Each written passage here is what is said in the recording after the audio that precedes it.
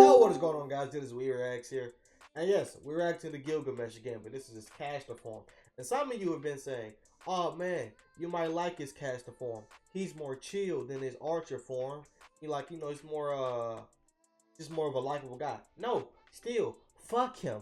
I don't like him. Bro, how many times do we gotta go over this? And I know damn well this video is going to replay that scene probably like 1,000 times because he doesn't have enough stock footage for a full, what is this, a 17-minute video? He doesn't have that many goddamn scenes apparently to make up to not reuse clips. So yeah, we're gonna see that goddamn Berserker clip again, and I'm going to bitch about it every time I fucking see it because I think it's bullshit. Matter of fact, I think they should run it back. But one, he can't use that bullshit ass world-defying sword that fucking uses bullshit as winds and shit. Can't use that. He can't use the chains. And he has to use the same goddamn noble phantasm as Hercules or Berserker. Now I think that's a fair fight. Now, if Berserker loses again with all those restrictions in place, he's ass. He's garbage. Alright, he's garbage. But I think that'll be a fair chance for Berserker. But obviously, it's said it's done and done. And that's never going to happen. But I like the dream. I'm a big Berserker fan, okay? But anyway, yeah, we're reacting to anime news again, and they did their last video on Gilgamesh, which is caster form. The original video will be down in the description below. If they have any socials, you know they'll be down there in the description below as well. With all that being said, let's just get right into it. The Gilgamesh that we see in Fate Stay Night and the caster Gilgamesh we see in Fate Grand Order are two wholly different entities. Yes, they are the same people, but they're practically polar opposites. One was an arrogant ruler. Also, I have a quick stop. I don't know if you guys noticed, but the camera quality and like the lighting right now is just perfect. I was setting up my recording and like 5 minutes ago, it didn't look like this. And actually, I don't know if it still looks as good because I would have to open up OBS and shit. But I think it is because before I started recording, it looked fantastic. So if you guys like this quality and everything, I don't know how this happened because it doesn't usually look like this or sound like this in my opinion, or maybe it does sound like this because I don't really watch my videos unless I'm editing them and shit like that. But yeah, I thought it just looks nice today. Ruler filled with pride and vanity, while the other was a responsible king who properly served the people he ruled. The constant between them, though, was that they never once strayed from the mission that they were given. Just the way they carried it out slightly differed. This significant change in demeanor all stemmed from a life-changing event that led him on a fruitless quest. Prior to this, he was the all-powerful archer version whose abilities I've covered in the past. But now he's the caster version. And with this new class comes some different noble phantasms and abilities, which I'll talk about more towards the end. Right now, let's take a look at the story behind the first hero known as Gilgamesh. The year is around 2800 BC, an era of time known as the Age of Gods. During this time, divine beings and mortals could walk the earth together, even interact with each other. You see, gods often existed on Earth as physical manifestations of nature, allowing them to rule over civilizations as greater beings. Some gods treated their people as slaves, and others were more just. But the core concept remained. Mankind had to worship these gods. I wouldn't be surprised if fucking Gilgamesh was a slave owner. Did not last forever. A greater Bitch god ass. known as Safar invaded Earth, killing numerous other gods and destroying many portions of the Earth itself. Although she was eventually defeated, the damage she did significantly impacted the amount of power the gods had over humanity. Many of the remaining deities found it increasingly difficult to maintain their physical forms, and they soon found that they could only manifest themselves on Earth by possessing compatible humans. It was a problem that if left alone would result in the total disappearance of all gods from Earth. So, to counter their diminishing presence, the gods decided to create a keystone, one that would act as the bridge between themselves and humanity. Oh, the visuals. Gilgamesh was that keystone, a being whose every cell was designed for the sole purpose of securing the gods' rule over humanity. So, around the year 2600 BC, Gilgamesh was born 2/3 god and 1/3 human, a child of the goddess Ninsun and the human king of Uruk. This placed him from birth into a position that would allow him to rule as both a god and a human. setting him up to eventually become this neutral entity whose mission was to observe humanity and adjudicate when necessary. But because he was born with the knowledge that he was neither fully god nor human, He was he arrogant. determined that he was a being that not even the gods themselves could ever become. Oh He my god. envisioned himself not only as a superior to the mongrels he was supposed to observe, but also to the gods that he was supposed to obey. And in a sense, he was sort of right. He saw things from both the perspective of a human and a god, and that allowed him to understand life in a way that even the gods could not comprehend. He would still go on to carry out his mission to observe humanity, but he would do so on his own terms, meaning he was technically obeying the gods while at the same time rejecting them. Now, as a being blessed with so much power, it led to a life of isolation. He grew to become this oppressive. Oh my god. I literally said it. I literally said it. People to forced labor and sexual abuse. This was most certainly not what the gods had intended or even expected. When they tried to intervene, Gilgamesh would continuously refuse to submit. After all, they didn't really have the power to do anything themselves. So, to make up for this, the king of gods Anu and the goddess of creation Oruru mold a piece of earth into the wild man monster we know as Enkidu, though not in the form that we're familiar with. The initial form of Enkidu. I don't know if I said this in my last Gilgamesh video, but you guys did tell me that Enkidu is not stronger than Gilgamesh. I'm pretty sure I mentioned this last fucking video. But for anybody just coming in and watching this specific video, I now know that Enkidu is not stronger than Gilgamesh. I don't know who the fuck, or maybe he is stronger than Gilgamesh. I really don't fucking know. People telling me that he's stronger. Some people saying that he's not stronger. I really don't know. Enkidu was this soulless monster, created for the sole purpose of being the chains of heaven that would bind Gilgamesh back to the will of the gods. Though without a soul, Enkidu had no sense of rational thought, meaning he couldn't take action upon Gilgamesh until he gained enough wisdom and reason to do so. Only after the gods sent him a divine harlot to sleep with was Enkidu able to slowly form himself into the likeness of a human and begin to act like one. His final appearance looked strikingly similar to the divine harlot that the gods had sent, which is why he bears such a feminine appearance. It's after this transformation that Enkidu sets out to complete his mission.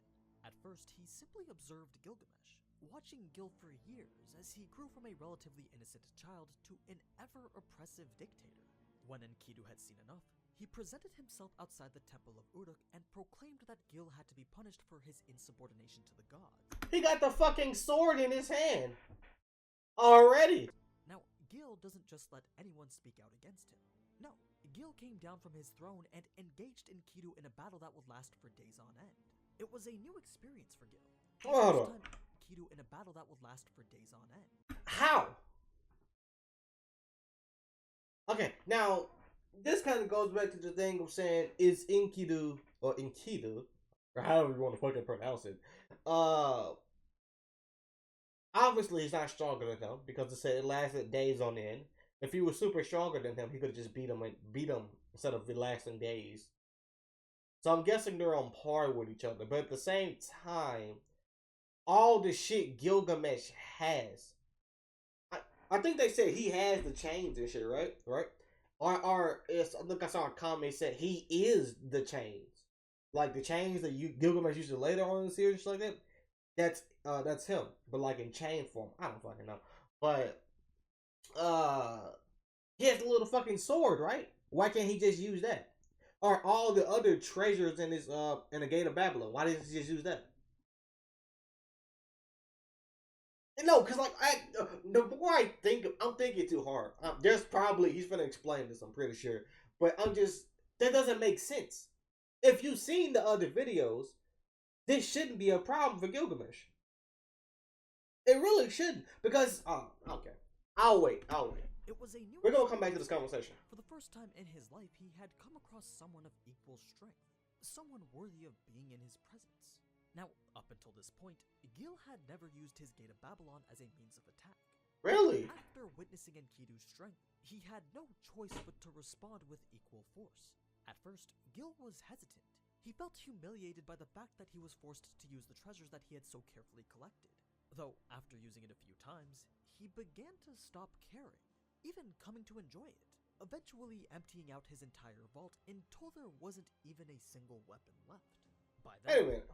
That doesn't add up. Because in the last video, it said that he can recall the weapons and shit. Does he not have that ability yet?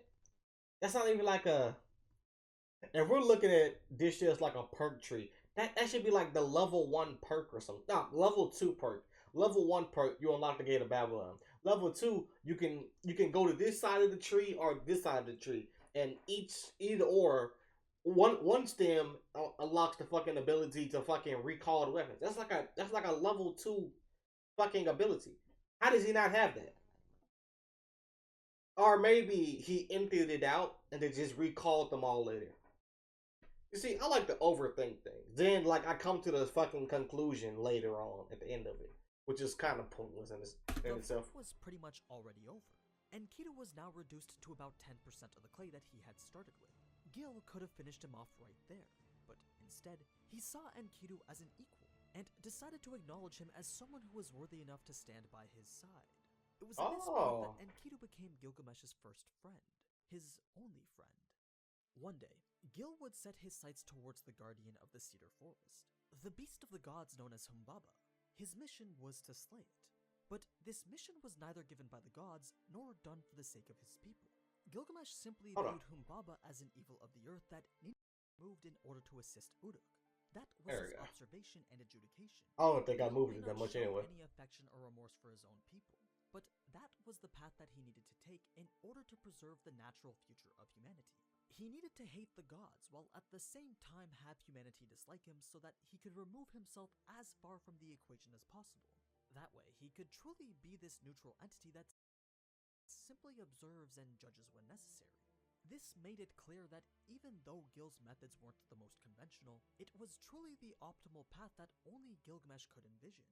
Even Enkidu couldn't fully comprehend Gil's methodology, but he knew that Gilgamesh was in fact carrying out his purpose of being. So, after witnessing firsthand Gilgamesh's resolve, Enkidu pledges his loyalty to Gil in hopes that he could help him achieve his goals. After all, as an existence that was closest to Gilgamesh's, he was really the only one who could. The two would then go on numerous adventures together, resulting in Gil becoming the richest and most powerful king on Earth. What the fuck? Adventures together, resulting.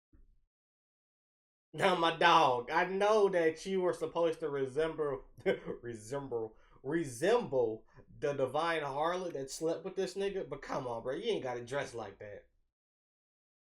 And you're serving this nigga juice? Oh.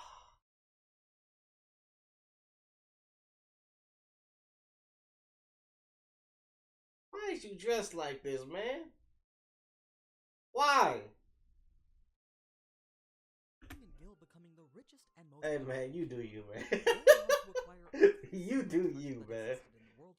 Hold up, you're talking on the video. Going on to acquire every single treasure that existed in the world so that he could truly judge the collective worth of humanity. This brought with it so much power that even the gods themselves had no choice but to eventually acknowledge it. One goddess in particular, one who we know as Ishtar, became highly interested in Gilgamesh himself, so much so that she went on to propose that they should become married. Now, this wasn't just any marriage proposal. As the king of Uruk and keystone of the gods, marrying a goddess was actually one of his duties. As the king of Uruk and keystone of the gods. Hold up, fuck. Now, this wasn't just any marriage proposal. As the king of Uruk and keystone. Alright, this might be weird. And this might be very fucking weird, okay? But I like those little toe things, little fucking things that you wear on your feet. And they like cover half of your foot and shit like that. I like that. Like I wanna buy one actually. I think that'd be like really cool and shit to like to wear around the house. But like maybe if like they did that, but like instead of your feet showing and shit, it'll be like maybe like some latex or something. Like kind of like socks, right? Imagine socks right there, but like super thin socks. Not that you can see through them and shit, but like there's like super thin socks. So like you're not walking bare feet, but you're walking bare feet. I don't know. Son of the gods, marrying a goddess was actually one of his duties. This is because having a demigod at the pinnacle of humanity serves to consolidate the rule of the gods over the people. So long as a demigod who obeys the will of the real gods remains in power, then humanity will continue to live under their rule. This video gonna be 20 fucking minutes because I'm talking about fucking feet. His kin will continue that demigod lineage past a single generation, thus allowing the real gods to continue to rule so long as that demigod exists. Now, even though Ishtar was a beautiful goddess, Gil wasn't the biggest fan of marrying her. She was known for mistreating her past lovers by being unfaithful and cheating and shit. Yeah, wait, didn't we already see this shit in the last video? Why are you talking about this again? Proposal and sent her away. The significance of this act was much more than simply disregarding the whims of some lustful goddess. By rejecting the marriage with Ishtar, the connection between heaven and earth would pretty much be severed, freeing humanity from the overwhelming rule that has existed over them for the past millennia. Denying a marriage with any goddess essentially declared humanity's desire to be independent, a desire to finally be free as a species that had long been forced to show servitude to greater beings. And the one to lead them into this future would be none other than Gilgamesh himself. Most believe that it was this feat of going against the will of the gods and leading humanity out of this era that paved Gilgamesh's path as the first to enter into the throne of heroes. But back to Ishtar now. After just being denied what some could argue was her rightful betrothed, Ishtar felt insulted. Isn't she just gonna go tell her dad they summoned the fucking bull and shit, they defeated, and we've already seen this. Hold up. I don't mean to skip through this video, but at the same time, if they show this fucking bull, which I think they're gonna show, where is it? I'll just watch it. She went to her father Enkidu and requested to unleash their greatest divine beast. Okay, it's right fucking there. What the fuck? What is this? I've already seen this. Holy shit, hold up. What is this? Isn't this one is, yeah, he died and shit. We've seen this. Hold up. I'm not watching the same fucking video. No, it's Castor. Castor? Why is it telling me the same fucking information that I already seen before? Okay, that's when he got cucked by the snake and shit. Okay, let's skip right here. Snatched away. This brought forth Gilgamesh's second. Okay, we've already seen this. Hold up. I don't mean to skip to this video. I'm sorry, Andy New. This is old news to me. I'm not finna sit through this shit again, bro. Let me just be honest, bro. I'm not sitting through this again. We've seen all this information. And if you haven't seen this information, I recommend go checking out my other video about me reacting to Gilgamesh. If you're just tuning in now. Yeah, go watch that because we've already seen this information. I'm just here for information specifically about Castor Gilgamesh, which I don't think we're gonna get anymore. Wait. Oh, right here. He bombards opponents with long-range spells from the staffs within his Gate of Babylon. Yep. Here we go. Comes to using his Gate of Babylon noble phantasm. You see, Gilgamesh had distributed all the weapons except for staffs from his collection to the people of Uruk. That's why when we saw him fight Enkidu, not a single sword could be found appearing from his Gate of Babylon.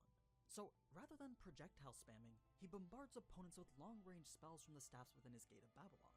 It's not quite comparable to Archer's Gate, but still rather strong. I mean, unlimited access to numerous wands and mystic codes are a fairly valuable asset. Other than that, yeah, that is kind of cool. Babylon is essentially the same as his Archer version, which you can find more details on in this video. Anyway, I just mentioned an item known as a mystic code. This is a core component in Castor Gilgamesh's build. These and his giant axe are the two primary items he uses while in combat. A mystic code is pretty much a magical artifact support item that can either strengthen a spell or be imbued with energy to cast their own. Gilgamesh has many of them, and he uses them to engage opponents from long range. The other shared noble phantasm Castor Gil has is Shah Nakba Imaru. This is a passive type noble phantasm that is always active. Stemming from his role as the overseer of humanity, it's Gilgamesh's mentality converted into an ability. I mentioned earlier how Gilgamesh's eyes can see the future, and that's pretty much what this is.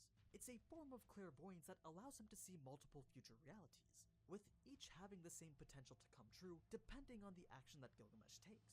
Which timeline Gilgamesh... I'm not surprised. I would be... Oh my god, he can see the future? No, I'm not. Anything he lays his eyes on. If he's playing chess, then he always knows the correct move. If he looks at a servant, then he will immediately learn their true names and intents. If Gil was to release the true name of this noble phantasm, then he would be able to provide the optimal instruction to any person he commands, essentially spreading his ability to always make the correct move to the people around him. But once again, what he sees and what he chooses to believe is up to his discretion. Finally, Caster Gil's third noble phantasm is specific to his mage self only. Its true name is Malamu Dinger, King's signal cannon. You ever see that scene in 300 where the Persians block out the sun with a bombardment of arrows? Well, think of that, except instead of arrows, it's every item from Gilgamesh's treasury. Remember, Gil gave his collection of weapons to the people of Uruk, intended to be launched from this railgun-like weapon known as a Dinger. You see, Gil was much less stingy with his treasures after he realized that humanity needed to be able to break away from the Age of the Gods using their own power. That's why he distributed all the treasures he collected from humanity and readied them to be used in these cannons. So when Gilgamesh calls That's pretty helpful of him. Phantasm, every cannon along the walls and in the citadel launch a concentrated barrage of what's essentially the collective power of mankind. Meaning, this is a one-time use anti-army attack that simultaneously launches every weapon from his entire collection at the enemy. It's an insane attack, but should only really be used as a last resort. Other than these... Wait a minute. That makes no sense. So, if they're fighting the gods, right? Or the minions of the gods, right? And that's a one-use attack. Is it like they can only use it once in their lifetime? Like, it's never to be used ever again? Or is it like it's a one-time use and Gilgamesh has to fucking refill it or some shit? It's like, let's be honest here. If the gods are as powerful to send a fucking bull to terrorize you for what, I think like 7 years they said, what's stopping them from making more minions? Okay, sure, you've killed the gods' minions and you've won. What's stopping them from making the same fucking numbers and sending them tomorrow? What you gonna do then? You ain't got the fucking weapons. Gilgamesh can't always keep saving you. I don't see the point of that. When would be the right time to use that? I don't know. Caster Gil also has a few skills that reflect abilities gained during his life, one of which is territory creation, which allows him to build a special terrain that grants him an advantage in combat. Ooh. For Gil, that would be the Citadel of Uruk. He also has what's called Sovereign of the Magical Wands, which buffs any of his Magecraft type attacks. Then there's the wisdom he gained after going on the quest for immortality. That buffs his charisma and rationality. Golden Rule was mentioned as his ability to acquire wealth. And then, as I said last video, Gil naturally has copious amounts of mana, which allowed him to... That nigga has the ability to get bread. Half of which were already gone by the time we entered the anime. And that's pretty much what you need to know about Caster Gilgamesh. Last time I talked about Gil, I believe I missed a lot of the elements of what makes him a hero. But this time I think I was able to properly highlight the extent to which Gilgamesh went to sever the bridge between humanity and the gods. He successfully elevated humanity to the point where they could reach the future he foresaw. And that's what I believe makes him a hero. Anyway, that's all the... So, maybe me skipping through the video. Well, no. I 100% think that me skipping through the video was the right thing, because this entire, from like here, let me see, from like, when did Enkidu? Right here, Enkidu's death, to like up here, when is he doing the Gate of Babylon? Yeah, like right around, maybe here, I think. So from 9 minutes to 11 minutes, it was full of shit that we've already seen. So I think I don't regret skipping. Excuse me. But if there's something that you really wanted me to see, sorry, that's my phone. If there is something you really wanted me to see in this video that I skipped through, please leave it down in the comments below and let me know. Because I really just think, oh my fucking god, I should put my phone on do not disturb.